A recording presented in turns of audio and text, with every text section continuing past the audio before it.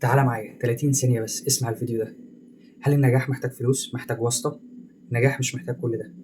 النجاح محتاجك أنت، محتاج قلب ما يستسلمش، محتاج قلب مُصِر ومستمر، محتاج قلب مؤمن بربنا وبقدرتك إنك تنجح وتوصل للنجاح وتوصل للنتيجة اللي أنت عاوزها. أقول لك 3 قصص من حياتنا العملية كلنا سمعنا عنهم وشُفناهم، وشُفنا إزاي وصلوا للحاجة دي وكانوا فين وبقوا فين.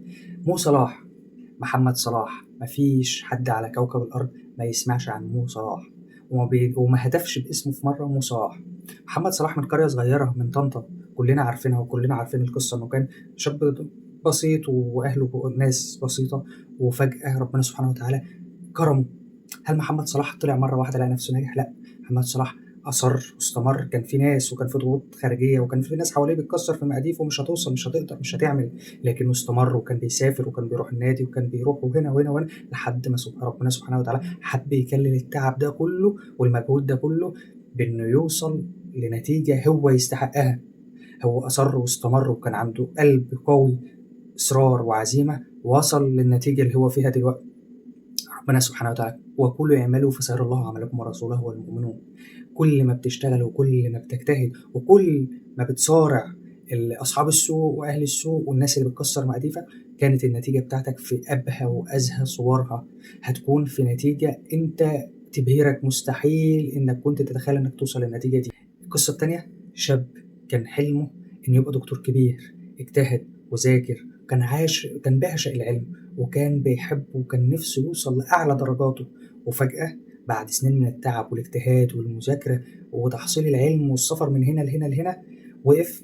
العالم كله كان بيسقف له وكان بيتفرج عليه وهو بياخد أفضل جايزة في العالم كله، جايزة نوبل في العلم.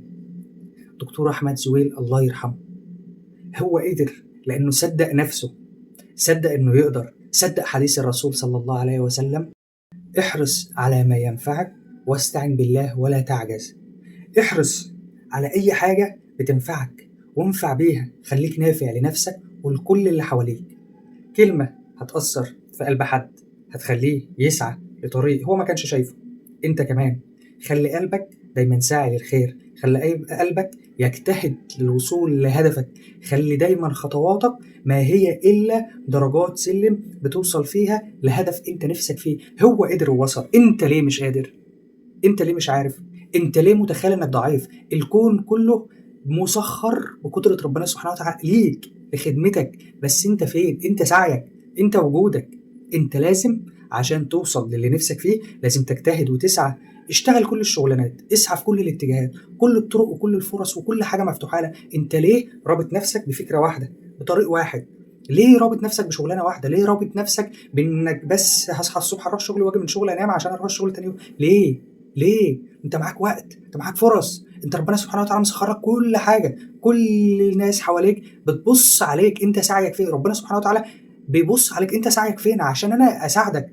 صلي، اجتهد، قرب من ربنا، شوف طريقك، ما تسيبش فرصة، ما تضيعش فرصة عشان توصل للهدف اللي انت نفسك فيه، اللي هو هيرفعك في يوم من الايام ويخلي كل الناس تقف لك وتسقف لك. ما توقفش، انت اللي بتوقف نفسك، انت اللي بتخلي نفسك تتغرس في الطين ورجلك تتغرس في الطين وما تقدرش تطلعها، تفضل مكانك بس تعيش عادي وتموت عادي ابن عادي، ما عملتش اي حاجة جديدة لنفسك ولا للكون ولا لكل اللي حواليك.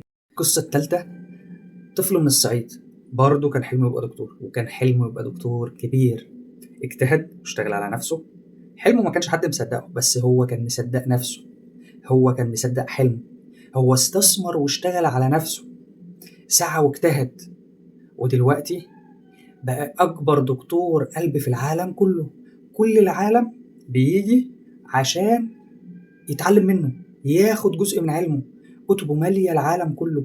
اسمه سطر بحروف من نور بسبب اجتهاده وسعيه انه مصدق نفسه.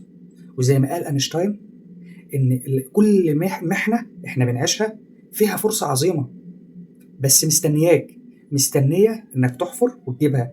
مش هتفضل قاعد مكانك والفرصه تجيلك لحد عندك، مستحيل. طول ما انت بتسعى وبتجتهد وبتحفر هنا وهنا وبتدور واحد واثنين وثلاثه وبتروح هناك وبتيجي هنا وبتتعب وبتجتهد وبتعرق عشان فرصتك تلاقيها، هتلاقيها والله العظيم. بس مستحيل تبقى نايم والفرصه تجيلك، مش هتحصل. قوم واجتهد واسعى ودور واجري واحفر هنا وروح هنا ودور هنا ونبش في كل مكان وشيل وحط ودور، هتلاقي فرص كتير، مش فرصة واحدة، 100 فرصة. انت هتلاقي في ساعتها انت اللي هتختار الفرصة اللي انت محتاجها واللي انت عاوزها واللي قدراتك هتشتغل عليها، وان شاء الله توصل لهدفك وتوصل للي انت عاوزه، مش اللي الناس عاوزينك، مش اللي الناس عاوزينه، مش اللي الناس بتبص لك على اساسه. لا، انت مصدق نفسك عشان تكون، قلبك مصدق حلمك وبتشتغل وبتعمل، ربنا سبحانه وتعالى شايفك وشايف سعيك ده، فاكيد اكيد اكيد اكيد مليون في المية ربنا سبحانه وتعالى هيخلق ليك اللي يساعدك. هتبص هتلاقي هدفك يوصل اللي انت عاوزه، هتوصل لهدفك مهما كان، هتقف على القمة بس بسعيك باجتهادك بمشيك بمشاويرك بحرقك بتعبك، بانك جاي مش قادر، انك خلاص تعبت، بس هتقوم وتتواصل. بس مش سهل انك توصل، الصعب انك توصل، السهل انك تنام. انت اختار، هل عاوز توصل بس هتتعب، هل عاوز تنام هترتاح بس مش توصل لحاجه، هتفضل محلك سر، مش هتعمل اي حاجه. محمد صلاح، احمد زويل، مجدي يعقوب، دول 3 قصص عظماء. كان السر واحد، هي الاراده والعزيمه والايمان بالله سبحانه وتعالى والايمان بقلبه وبقدرته انه يوصل. النجاح مش بالظروف اللي انت بتعيشها، النجاح بانك مصدق حلمك وهدفك وعندك اصرار وعزيمه انك توصل. اوعى تستسلم، يمكن تكون انت المره الجايه، الفتره الجايه، الوقت الجاي اللي هنسقف له ونقف كلنا والعالم كله يقف يتباهى بوجودك، اهلك هيتباهوا بيه، امك ابوك كل اللي حواليك.